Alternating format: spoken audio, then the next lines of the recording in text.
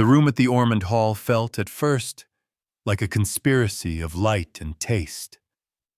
Rows of crystal goblets shone under a chandelier gone modern, glass rods like frozen rain, and long tables were dressed in linen the color of old cream. People had come for something rarer than the free hors d'oeuvres and the small talk that lubricated privileged evenings. A bottle from Chateau Belrieux, a single magnum of the 1959 vintage that had a reputation the way an old movie has a shadow. The crowd moved like a tide, collectors with the polite menace of men who owned paddocks of vineyards, brokers with hair combed in the geometry of profit, critics whose pens were more surgical than kindly. I ran the tasting nights for the Ormond. I knew every glint on the table and every vein of a guest's posture before the first pour. That is why, when Hugo Marlowe, the man whose name opened doors at auction houses and closed them at town meetings, was announced as the evening's honored guest, the room seemed to tighten like a fist. Hugo's face was all polished advantages, a jaw that suggested decisions, a cigar that suggested celebrations. He smiled as they put the magnum on a low plinth and lifted the first decanter with ceremony. I told myself I would watch and note, and I did. The label upon label, the careful hand of the sommelier, the hush as the wine was decanted into the crystal like a soft red breath.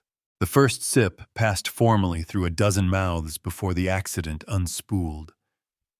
I remember the hush that came when a woman at the far table, Annabel Reed, a critic with a scathing thumbprint on the city's palate, made a comment that was too loud for a room that prided itself on restraint. Hugo laughed and raised his glass. Annabel raised hers too, as if to signal allegiance or challenge. And their small duel of smiles should have been nothing. The glasses flashed in the chandelier light, and then Annabel's face changed in a way a photograph never captured. Color bled out of her cheeks, and her hand clutched at her throat. She staggered, knocking a chair, and the sound of it was obscene in the room. Someone called for water. Someone else dialed for an ambulance.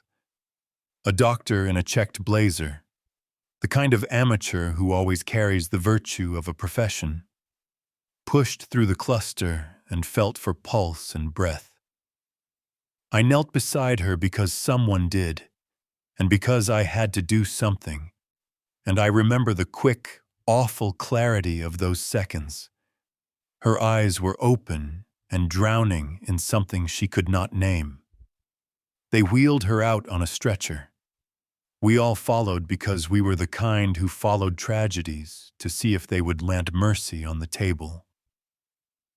Outside, amid limo doors and the bluish wash of police lights, a man in a suit said, low and terrible, "She's been poisoned." The words made us small in different ways. By the time the ambulance had left, the city's appetite for headlines had already arrived. The police sealed the hall with a professional calm that sounded like an apology. Detective Harris was the one they sent.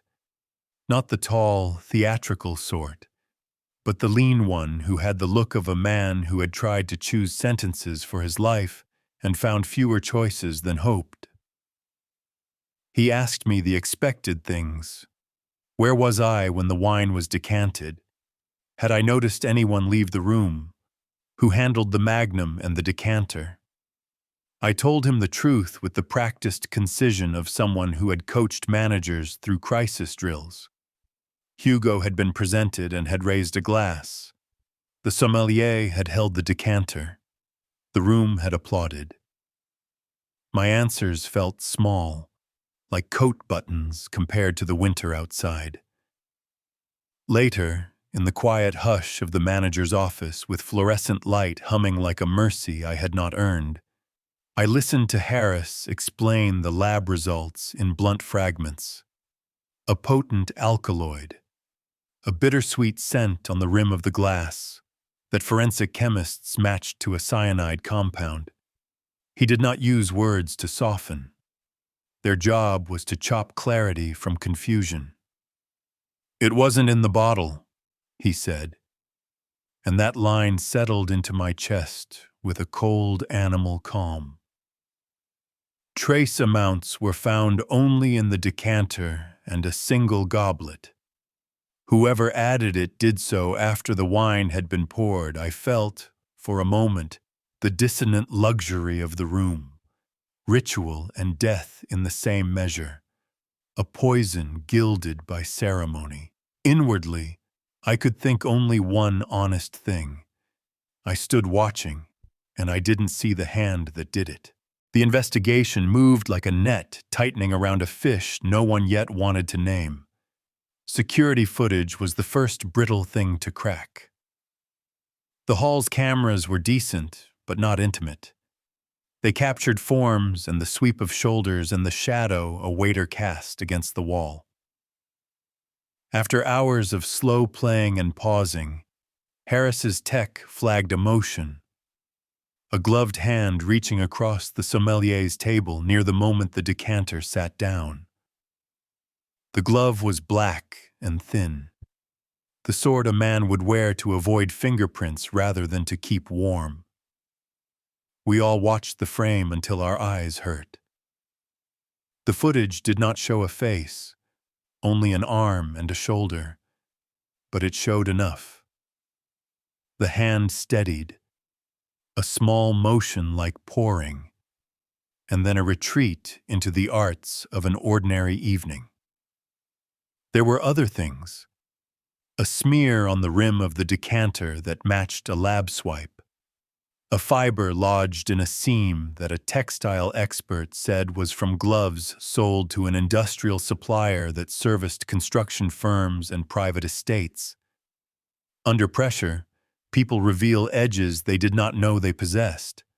Under pressure, objects show their secrets.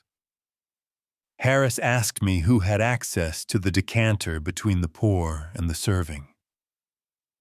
The sommelier, Thomas, said he had set the decanter down and attended another table for a moment because his assistant had called him to handle an urgent cork fault. Thomas's assistant, a quiet man named Victor, was suddenly a human hinge. He had the courtesy of people who carry other people's reputations on their hands. He had been seen near the table in the moments before the sip. Victor's alibi was a mosaic of small holes. He'd walked to the restroom. He'd been tying his shoe, things a camera could not always correct. Once suspicion had a name, motive unfurled like a ledger. Hugo Marlowe, it emerged, was not merely a collector of wines. He had been a patron and a predator. His name appeared in small columns that read like an inventory of ruin. A vineyard repossessed under legal pressure. A vintner's family estate sold for thin coin after an unpaid line of credit. A small label pushed into bankruptcy after a contract Hugo had quietly broken. Annabelle Reed, the critic who died, had published a blistering piece 2 years earlier that accused Hugo's companies of predatory acquisitions and shady appraisals. There were men who had lost livelihoods, and there were men who had lost pride. At the same time, another thread ran through our interviews. While Hugo had enemies, he also had a family that loved the theater of their man. An estranged daughter who spoke of reconciliation in measures that felt like scaffolding.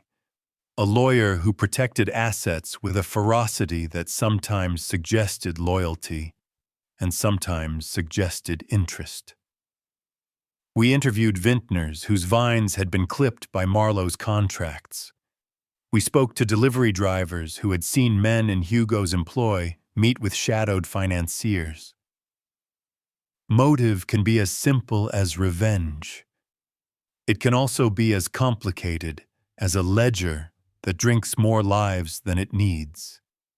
Each suspect carried a face into the room, and each face told a different story. Sorrow, greed, grief read as a slow hunger. In quiet moments I thought in first person, the voice soft enough to count as confession. We stage our public selves and think it keeps us safe. We are wrong. The breakthrough came, not from the grand view, but from the small domesticities that make a case real. Harris's tech found a location ping from Victor's phone on the night of the tasting. A service door behind a back alley near the hall where maintenance staff kept supplies. A witness, a woman who ran the night cleaners and who had worked the hall for years, said she had seen Victor crouched near the service door in a way that suggested he waited for a delivery. His gloves were found in the jacket he kept in a locker. They had traces of the same textile fiber and a faint smell that matched the lab's notes. When Harris brought Victor in, the man looked like a person who had been sharpened by small indignities, a jaw set from a life of carrying other people's affairs, hands that had signaled obedience too long. Under questioning, Victor did not make the grand, theatrical confession the tabloids love. He made a human one.